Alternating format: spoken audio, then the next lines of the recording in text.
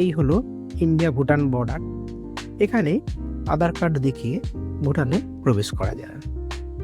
আধার card দেখিয়ে ওরা entry করে আমাদের একটা আধার কার্ডগুলো জমা রেখে একটা এন্ট্রি পাস দেয়, যাতে মোটামুটি 20 মিনিটের মতন সময় থাকে, আপনারা তার মধ্যে যতটা দেখে আবার ফিরে আসতে হবে।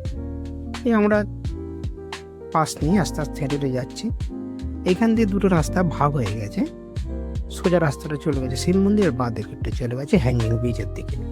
হ্যাঙ্গিং ব্রিজটা যেহেতু ভালো, তাই আমরা বাঁ দিকের রাস্তাটাই ধরেছিলাম। যেতে যেতে দেখছিলাম আশেপাশে কিছু বাড়ি ঘরদোরও আছে, কিছু হোটেলও আছে। আমি অবাক হয়ে দেখলাম, হয়তো ভুটান যখন ঘুরতে যায় মানুষজন সেই হোটেলে থাকে, সেখানে কিছু হোটেলও আছে।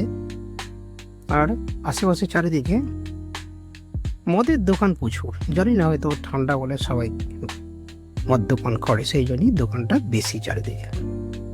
আমরা আস্তে আস্তে এইভাবে রাস্তা ধরে এগিয়ে যাচ্ছিলাম। এটা একটা সরকারি আবাসন দেখছিলাম, বাঁদিকে দেখতে পাচ্ছেন সরকারি আবাসন। এটা একটা, নামটা কি দেখাতে পারলাম না, তার জন্য দুঃখিত।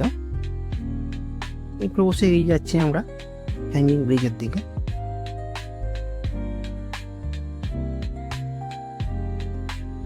হ্যাঁ, এখানে বলে রাখি, আপনারা যখন অরুণাচল প্রদেশ ঘুরতে যাবেন, গাড়ি কিন্তু প্রবেশ করতে দেবে না। গাড়ি বাইরে রেখেই আপনাদের আধার কার্ড দিয়ে প্রবেশ করতে হবে। এই যে আমরা চলে এসেছি হ্যাঙ্গিং ব্রিজটার কাছে। চলুন দেখি কেমন হ্যাঙ্গিং ব্রিজটা। খুবই সুন্দর ছোট একটা হ্যাঙ্গিং ব্রিজ। চলুন দেখাই আপনাদের। এইগুলো সব কাপড় দিয়ে ওরকম ভাবে মন্ত্রবোধ কাপড় দিয়ে রেখে দিয়েছে।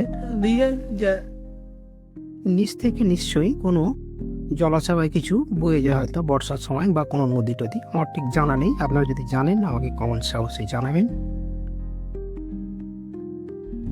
গেছিলাম, ফাঁকাই ছিল, খুবই সুন্দর, খারাপ লাগছিল না। হ্যাঙ্গিং ব্রিজ দোল ছিল যদিও, খুবই সুন্দর।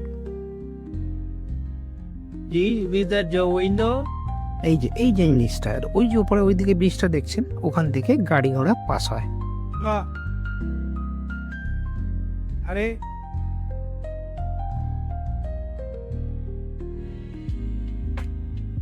এই হলো মোটামুটি আমাদের যে 20 মিনিট দিয়েছিল, এই সময়ের মধ্যে আমরা এই হ্যাঙ্গিং ব্রিজটা দেখে আমরা আবার ফিরে যাই। যদিও 20 মিনিট, কিন্তু এক্সট্রা সময় আপনারা নিতে পারেন, কোনো অসুবিধা হয় না।